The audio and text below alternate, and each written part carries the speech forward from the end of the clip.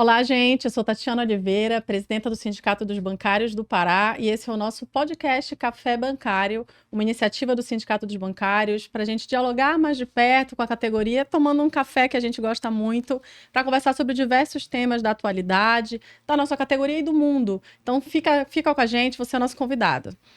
E para a gente começar o nosso podcast, que é um veículo, né, que a gente quer usar de comunicação, agora a gente escolheu um tema que está em alta, né, na nossa luta no Banco da Amazônia, que é o plano de cargos e salários, um plano de cargos que o funcionalismo do banco esperou aí mais de 30 anos para ele virar uma realidade.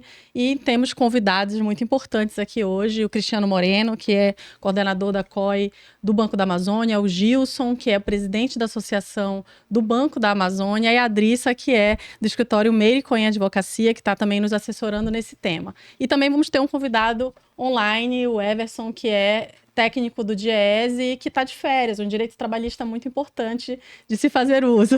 E ele vai entrar através dos vídeos que ele gravou previamente para nós. Então, o nosso primeiro bloco, ele é com a seguinte questão. O que é um PCS e por que ele importa?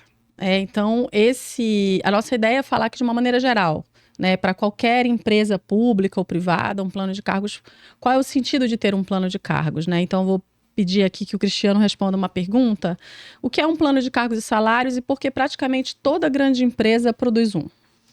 Bem, um plano de cargos e salários nada mais é do que a estrutura que cada empresa cria de progressão funcional dos seus empregados. E é importante porque toda grande empresa possui, porque o empregado, dentro dessa estrutura, consegue enxergar como ele entra e como ele vai progredir no decorrer de sua carreira. Gilson, como é que ele influencia a carreira de um trabalhador e o que diferencia um bom plano de um plano que gera insatisfações?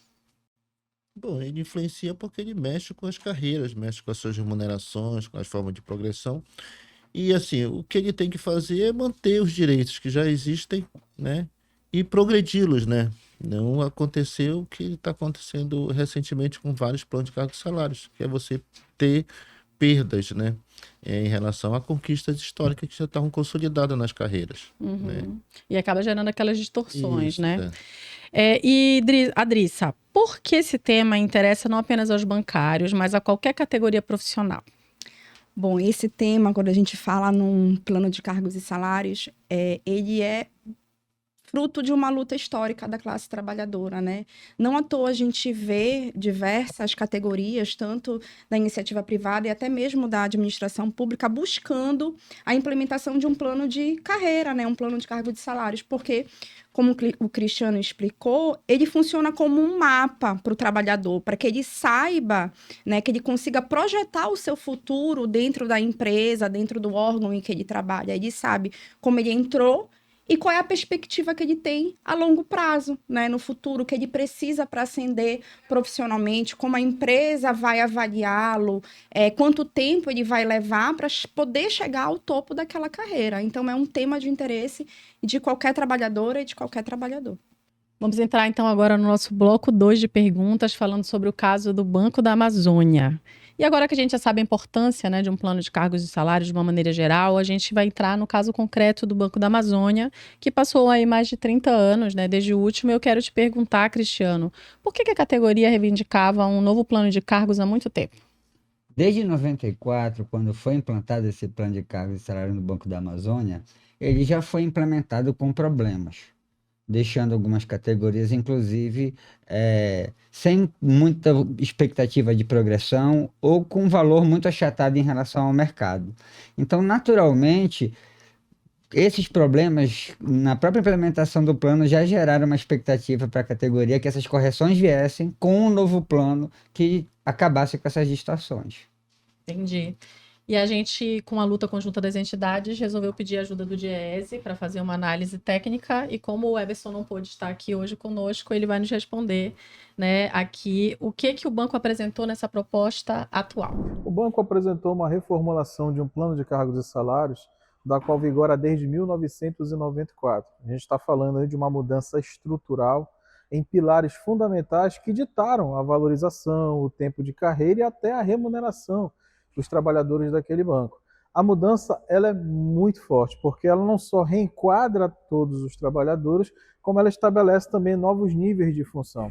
E o problema está justamente nesse enquadramento aqui, porque a gente tem uma relação que até então, colocada pelo banco, parece ser transparente, mas coloca desafios de promoção, desafios em relação ao cumprimento dos níveis, ou seja, é uma mudança da qual você vai mexer com a vida do funcionalismo daquele banco, da qual você já tem um plano que vigorava por mais de 30 anos. Então é uma mudança que precisa ser estudada, debatida a fundo, tecnicamente discutida e, logicamente, submetida à maioria, inclusive, daquele banco, que são justamente os bancários.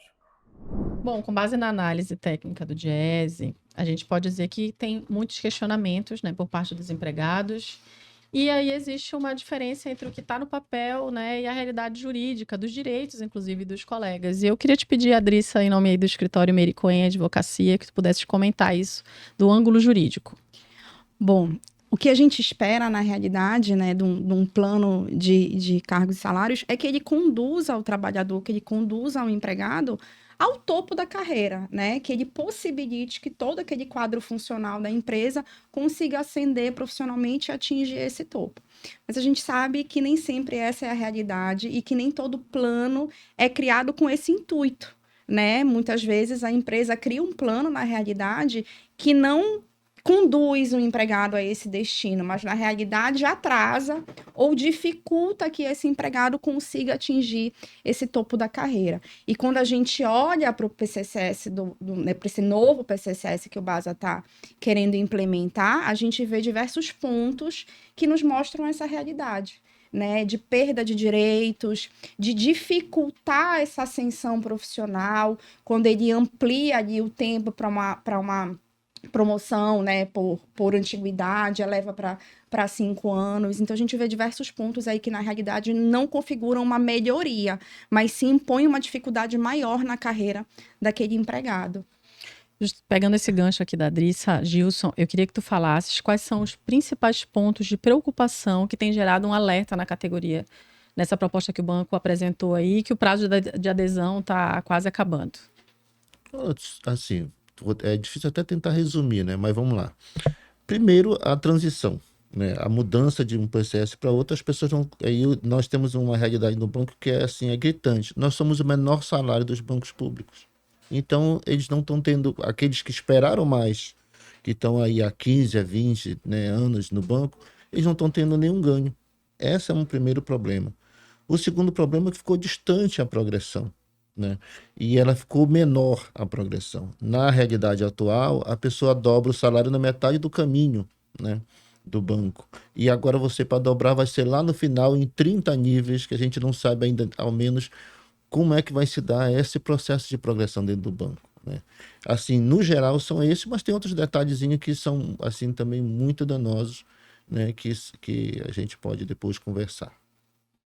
E aí, então, a gente vai para o terceiro bloco, o que o estudo do Diese revela. Né? Então, a gente vai passar aqui algumas perguntas para o Everson nos responder virtualmente também. Perda de valorização ao longo da trajetória profissional. O novo PCS tende a favorecer quem está iniciando, mas essa vantagem diminui com o tempo. O que a gente vai ouvir aqui o Everson nos explicar o porquê que isso acontece. A gente está falando de questões que precisam ser esclarecidas, né? Um dos pontos propostos no novo plano de cargos do BASA é que você mexe nas possibilidades de progressão. Por exemplo, por antiguidade, você não tem mais o mesmo peso. Antiguidade e mérito em 50% para cada item desse. Pelo contrário, por mérito se atribui 70% e para antiguidade 30%. Isso é muito danoso aos trabalhadores com mais tempo de casa. Uma outra questão que chama muito atenção é a restrição orçamentária. Essa mobilidade vai depender daquilo que está disposto em folha. Não está claro se existe um limite percentual e se esse limite percentual disposto vai dar a possibilidade para que os trabalhadores possam alcançar todos os 30 níveis de carreira.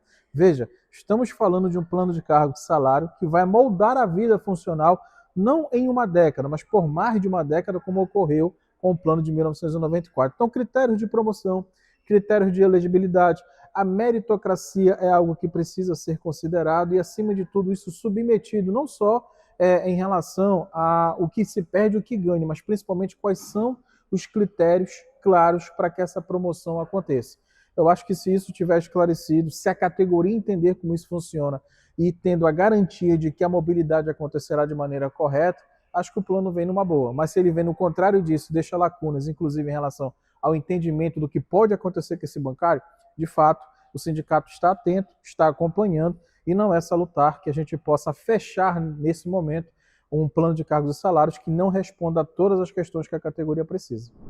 É complicado, né? O pessoal na entrada ganha mais, mas com 15 anos para frente, o Diese identifica aí que há uma perda, né, a longo prazo em relação ao plano de cargos de 94. E tem mais uma pergunta aqui, que a gente vai direcionar para o Everson também, nos responder através do vídeo, que é: quais dados fundamentais ainda precisam ser apresentados pelo banco para que os empregados tomem uma decisão consciente? E para esse ponto também, vamos ouvir a última contribuição do Everson ao nosso podcast. O plano de cargos ele traz mudanças bem expressivas em relação ao que tínhamos até 1994. A proposta, por exemplo, ela reenquadra carreiras, inclusive reconhece a carreira de advocacia, tecnologia de informação e outros que não são bancários, trazendo inclusive para um patamar salarial bem maior do que a categoria. Então isso aqui, por si só, já traz um certo estranhamento, visto que boa base do banco são bancários. E, logicamente, esses que fazem a operação dia a dia do banco. O outro ponto que chama a atenção é a quantidade de níveis que tem do antigo plano para o novo. Se lá no plano de 94 você tinha 12 níveis, agora você vai até 30 níveis, ou seja, você aumenta a quantidade de níveis e requer com mais tempo e também novas diferenciações a possibilidade de você ter progressão nisso. Mas a preocupação está aqui também no momento em que você até privilegia quem está entrando agora na carreira bancária, mas fica muito claro, pelo menos com os cálculos feitos até aqui, que quanto maior for o tempo desses trabalhadores, em algum momento você começa a perder as vantagens, você começa a perder remuneração entre o plano de cargo de 94 e aquilo que era 2026. Basicamente por um item que é fundamental e que no enquadramento proposto pelo BASA, ele não é enxergado mais do mesmo jeito. O tempo de serviço, o quinquênio e outras garantias que foram conquistadas em mesas de negociação. Então essa relação que amplia o número de níveis, que privilegia também a entrada, ela precisa reconhecer também os trabalhadores que têm muito tempo de banco, trabalhadores que estão prestes a se aposentar, trabalhadores que têm aí na perspectiva do plano, inclusive a sua valorização profissional. Muito bem. E pensando assim nessa perspectiva do tempo também, Cristiano, quem é que ganha e quem é que perde com esse novo plano? É muito pontual. Essa é uma pergunta complexa. Por quê? Porque é um plano de cargos e salários que vem privilegiando objetivamente com salto inicial, como bem colocou o Everson, no início da carreira, os advogados e o pessoal de TI. Entendeu? Os técnicos científicos em início de carreira têm garantia de um direito que hoje já não se aplica mais depois da reforma trabalhista, que seria o valor do adicional de comissão jogado para dentro do salário base. Em contrapartida, o banco acaba com os quinquênios e com um terço, que isso a partir dos 10 anos, como bem colocou o Everson, começa a representar perdas. Como o Everson bem falou, o cargo de técnico científico tinham 12 letras, vão para 30, o cargo de técnico bancário eram 15 letras e vão para 30, e a gente não tem clareza desses critérios de evolução. Isso acaba gerando problema. Então, assim, a gente só consegue dizer objetivamente quem perde e quem ganha, olhando caso a caso, mas fica bem claro que a carreira de técnico científico, os empregados com mais tempo perdem, os empregados com pouco tempo ainda caem no abismo da incerteza, e o técnico bancário praticamente só é perda, porque o reajuste para a migração é muito pequeno em troca dos direitos que ele tem que abdicar. Então, em resumo, seria isso que a gente vislumbra. Mas, no geral, fica bem claro o estudo do Everson que a gente não consegue ter clareza de quem ganha efetivamente a longo prazo. Então, esse abismo da incerteza, eu acho que é o maior problema, onde a gente não consegue mapear, que seria o ideal, eu poder te responder essa pergunta em 30 segundos dizendo: todo mundo ganha, todo mundo perde, tais carreiras ganham, tais carreiras perdem. Isso gera uma incerteza jurídica e isso é muito perigoso. Gilson, o Diese, ele fala que aproximadamente 70% do funcionalismo pode não ser efetivamente contemplado pela proposta atual. Queria que tu comentasses esse dado, essa informação. Porque, assim, eu vou até complementar o que o Cristiano falou, para a gente ter uma noção, né? Quem é que vai se beneficiar? Quem entrar inicialmente nas carreiras agora, qualquer carreira. Vamos pegar uma pessoa de TI. A pessoa de TI vai ganhar a mesma coisa, ele só vai voltar para o nível 1. A não ser que ele ganhe menos hoje, ele vai ganhar um nível 1. Ele continua, vai se iniciar. Então é o seguinte, 70% não se beneficiam porque são 70% que estão expostos a essa migração, né? Que é a maioria do banco, né? A maioria do banco está exposta a essa migração. E isso daí um nível baixo de aceitação desse PCS. Então, quer dizer, quem está beneficiado é quem entrar agora no banco vai ganhar um pouco mais do que ganharia se tivesse na carreira antiga. Mas quem tem 10 anos, 15 anos de banco, vai ganhar a mesma coisa. E com o agravante que você vai perder o adicional de tempo de serviço, né? Porque o que é que o banco faz? O banco compara duas tabelas salariais, só que não se compara duas tabelas salariais. Esta antiga tabela salarial ela é complementada por uma gratificação e pelo ATS. Nós apresentamos, inclusive, fizemos uma planilha e entregamos para o GES, né? E ela mostra o seguinte: na metade do caminho para frente é perda. Então você compara o final de carreira atual é melhor do que o final de carreira projetado para as pessoas que estão migrando agora, vão migrar agora. É isso, e a gente vê muita gente na categoria também achando que está entrando no banco para passar uma chuva, né? E depois passam 30 anos e a pessoa continua lá. Então, muita gente pode talvez pensar que aderir seja um bom caminho, eu vou ficar pouco tempo no banco, mas não é bem assim. É importante a gente pensar na carreira como um todo, né? Agora a gente vai passar para o nosso último bloco, que é o Café Expresso. E aí tenho 3 perguntas aqui, e eu vou pedir que vocês sorteiem cada um papelzinho e vão responder em 30 segundos.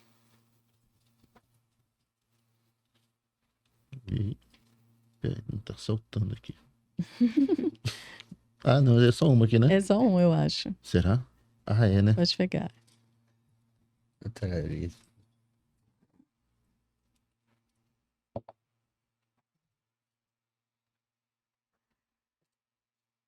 Quem pegou um PCS justo precisa garantir. Eu. Então, vamos lá. Bom, um PCS justo precisa garantir uma verdadeira ascensão profissional e transparência, né? Sobretudo transparência do que está sendo posto, quais os critérios ali para avaliação, como as decisões serão tomadas, né? Penso que esses 2 pontos aí são os mais importantes. Obrigada. Quem pegou o que não pode faltar em uma carreira valorizada? Olha, o que não pode faltar em uma carreira valorizada é luta. Porque se não tiver luta, não tem carreira valorizada. Então, a gente tem que mobilizar, organizar os trabalhadores. Nós não lutamos pelos trabalhadores.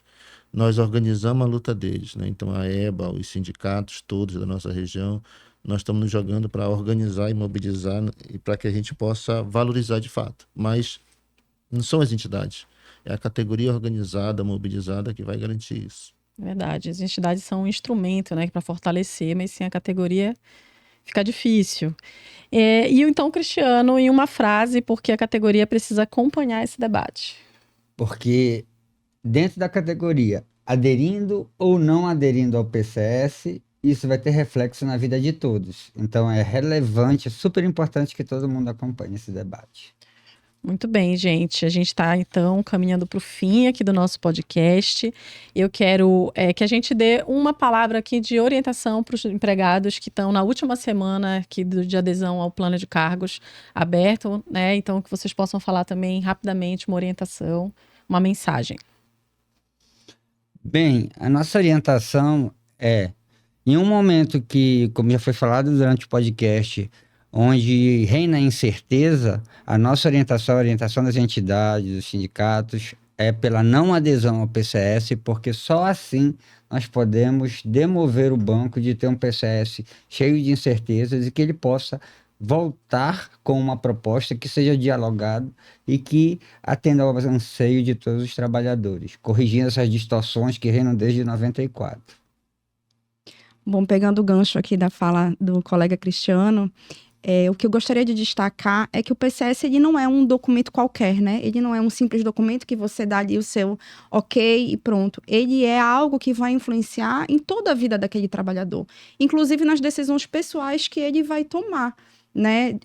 Sob o ponto de vista do que ele quer para a vida dele, que carreira ele quer ter, qual perspectiva salarial ele almeja para decidir se ele permanece naquela empresa ou não.